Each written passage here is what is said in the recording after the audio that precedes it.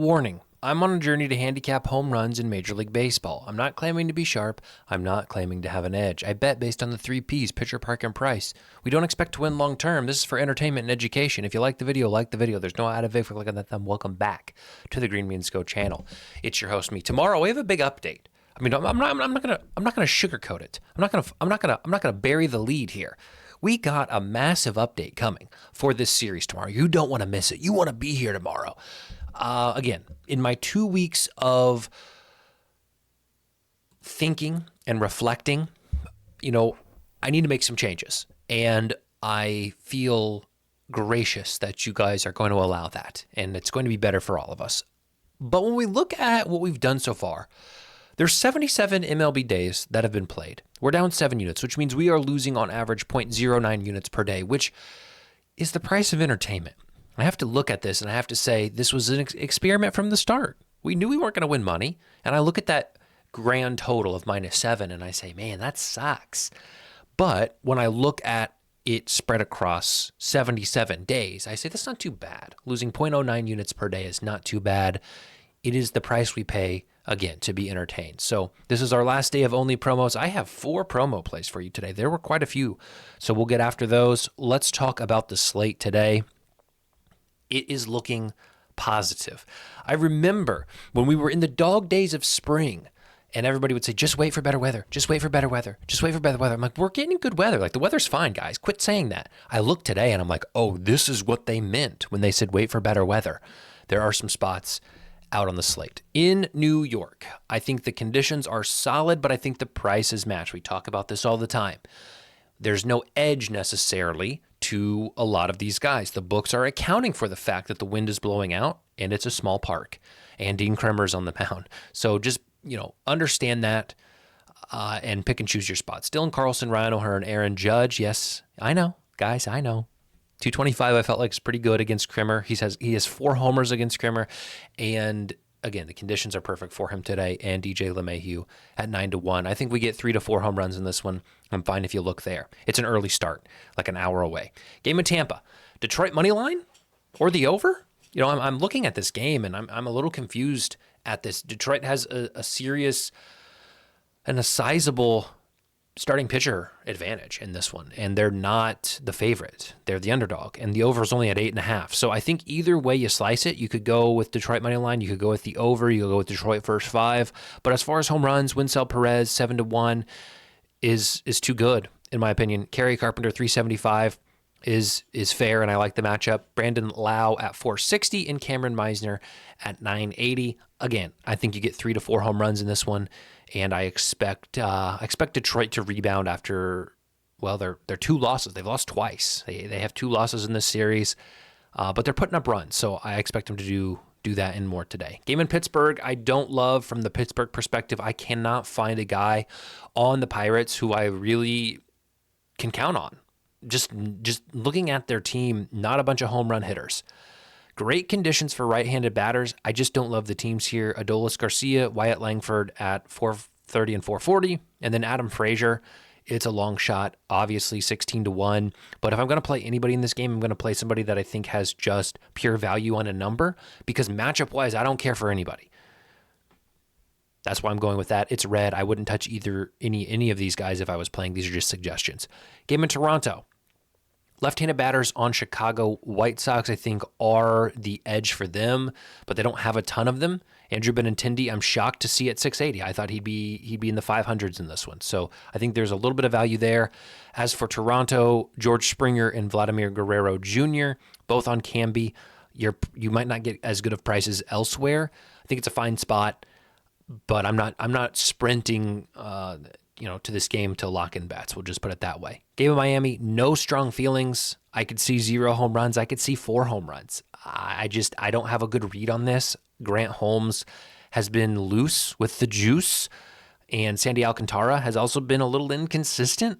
I think Jesus Sanchez and Agustin Ramirez have value at those numbers, 6 and 7-1. I think Ozuna has value at 6-1. But overall, I don't see a ton of potential in this game, and overall, I didn't see a ton of value in the numbers.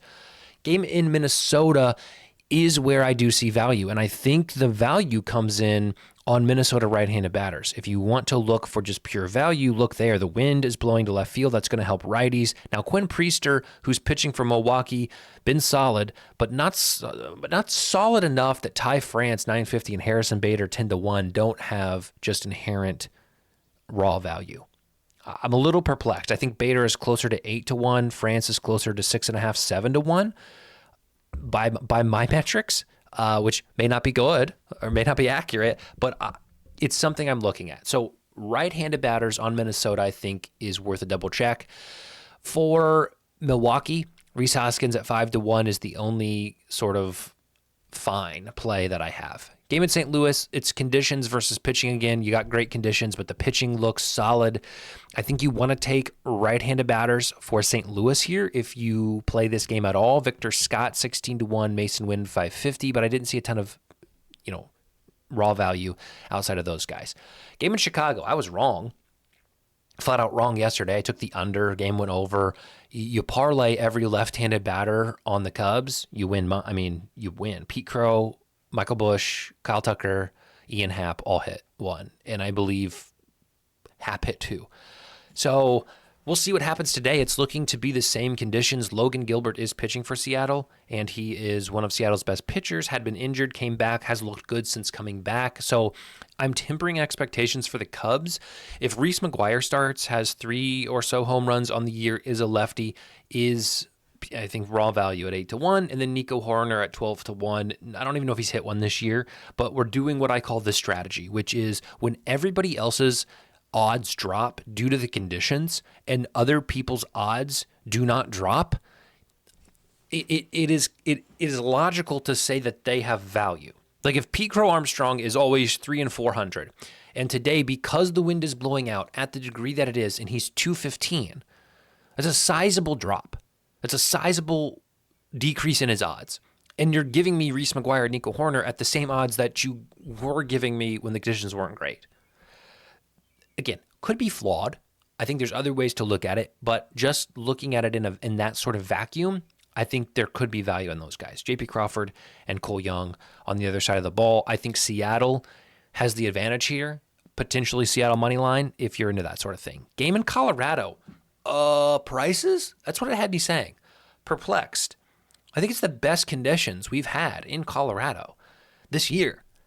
And it's some of the best odds that we've seen for Colorado this year. And the pitching is Brandon Pfaadt is not good.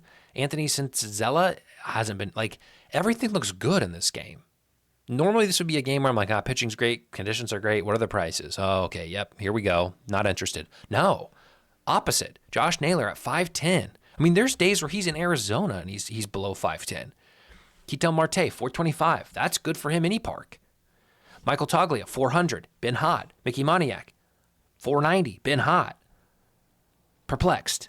And it's like that for most guys. So if you want to look around in this game, pick and choose and find value, I think this is a good spot to do so. Game in Oakland, Sacramento. I'm a little shocked at Oakland being the underdog here. I think their money line has value. I think their first 5 has value. That looks like it says Oakland MILF 5. I realize that. No MILFs in Oakland. There might be. There's probably MILFs in Oakland. There's probably plenty of MILFs. We're not talking MILFs. We're talking money line first 5. And I think Oakland has the advantage. We'll run back Angel Martinez. He hit one in this series already. I like his matchup against JP Sears, but I don't really like any of these other Cleveland bats. Again, I think Cleveland's advantage oftentimes is the lefties they can throw out a right-handed pitcher. JP Sears is left-handed, lefty on lefty. I don't like that. I think there is just a lineup construction advantage for Oakland, and I'm shocked that they are the underdog. Also, Sears has been pretty good. Not historically good, but lately he's been solid. He's figured something out, I believe. So that's my pitch on Oakland. No pun intended. Tyler Soderstrom and Austin Hedges would be my leans for home run hitters. Last games of the night, San Francisco's not going to get a play for me. If I had to play anyone, it would be left-handed batters. Congrats to Rafael Devers for getting one against his old team yesterday. Game in LA, pitching is hot and cold.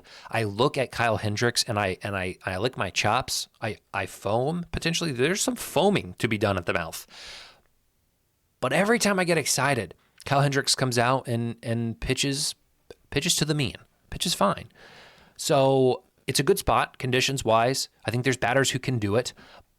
but I can't give you a promise that these pitchers are going to get rocked, because every time I try, they do not. Altuve at 585, Jake Myers at 800. Lamonte Wade just got traded. This, I believe, is it might not be his first game, but he's recently added to the Angels, and I think it's a good spot for him at 9-1. Nolan Schanuel has looked good lately, 10-1. Game in LA. We should have ran the Washington lefties yesterday. Did you guys see that? Like, this was a classic Green Means Go moment.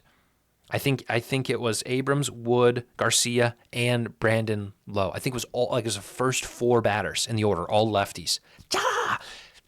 Opportunity missed, right? We love to do that. We'll run back Lowe. He hit 2 yesterday. If you're seeing the ball well in this park, I don't hate his matchup again, and you're giving me a good number, 7-1. CJ Abrams also 560 is good. Yeah. You thought Judge? You thought I was going to stop at Judge? Why not? Why not both? Judge and Ohtani.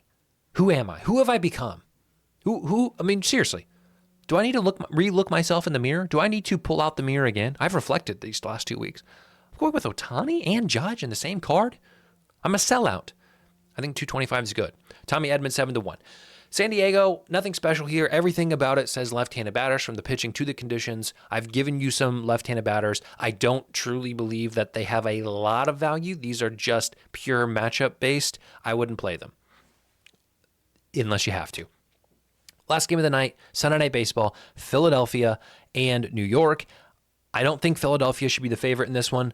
Mets are a slight underdog. I think that's the play. I think that's where the value is. I think Griffin Canning could really, David Peterson, my apologies, Canning was yesterday. David Peterson, left-handed pitcher, can really throw off this lineup of Philadelphia, given that a lot of their starters typically, I mean, you have Schwarber, Harper, who's been hurt, Kepler, Stott, Marsh, a core group of their lineup are left-handed batters. Some of them may get the night off against Peterson, who has looked good anyway. So you're going to throw out some guys who are not typically in the lineup, some righties, to try to have an advantage over Peterson, who's been dominant. And Luzardo is pitching for Philly. Started off the year great, has been rocked 2 of his last 4. There was, we talked about this, maybe he was tipping pitches and teams are figuring stuff out. So I think that's still maybe in the back of his mind. I think if there's any team that's going to understand he's been tipping pitches and figure out how to capitalize it, it would be the Mets. They've got a lot of guys on that team who are experienced.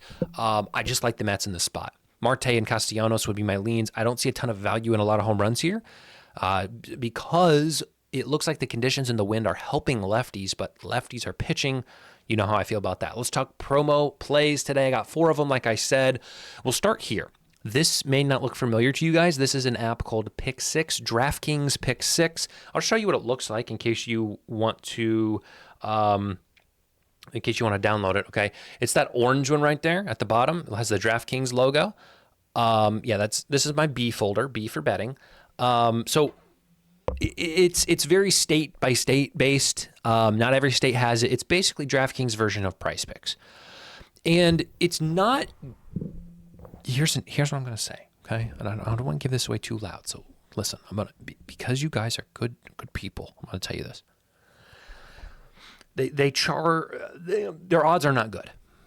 I mean, a lot of the time their odds are not good, but they allow you to do things like this. And if you have at least a 5, maybe 6 out of 10 knowledge of sports betting, you understand what's happening here.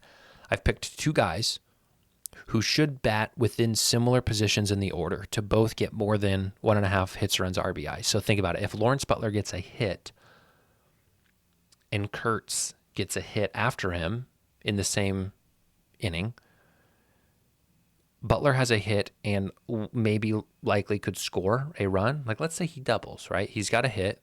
If Kurtz comes up and gets a hit, both of that cashes. Okay? Like, these are somewhat correlated. These are loosely correlated, this as well. So they allow you to bet certain correlated bets that other books do not. So we're going to apply our 20% winnings boost to that. I like both of these guys' matchups today. So we're going to run that. We're using our odds surge plus 100 boost on DraftKings to boost up Aaron Judge home runs to 275. I actually could get the full amount down on this, which is crazy for me. So that's what we did there. 20% boost. Mine was only 3 legs today. Some people have 5, some people have 4. I got 3 today. First time. Weird. Athletics money line, Mets money line, and then over 8.5 in Detroit. If the game goes under and Detroit wins, we kick ourselves. But we rock with that for now. And then our long shot play of the day, capitalizing on some reverse correlation here in 2 different ways. We have Castellanos to hit a home run. I think he's got the best chance to do it against Peterson. If anybody does, best case, he doesn't hit one against Peterson. He hits one late in the game when it's out of reach, when the game's like 6-1 in the ninth, and Castellanos just hits a meaningless home run. It makes it 6-2, and we cash all of this. Okay, Mets money line under. I don't think we get a lot of runs here. I think Castellanos could hit one shot, and I think the Mets put up 4 or 5 runs, and that's all they need to win the game. So it's not likely, guys. Understand that. There's a lot of things working against each other here. But I think Mets win in a low-scoring game, and I like Castellanos to home run. So I'll tell you, this is 0.25 units. This is 0.1 unit. This is 0.15 units. This is 0.1 unit. All of it will be tracked and added, and then tomorrow we'll come back and we'll bust out the new look. We got a better system. We got a more organized system. And I think it'll be good for everyone. Long video today. Apologize. Take care. See you tomorrow. Love you. Have a fun Sunday.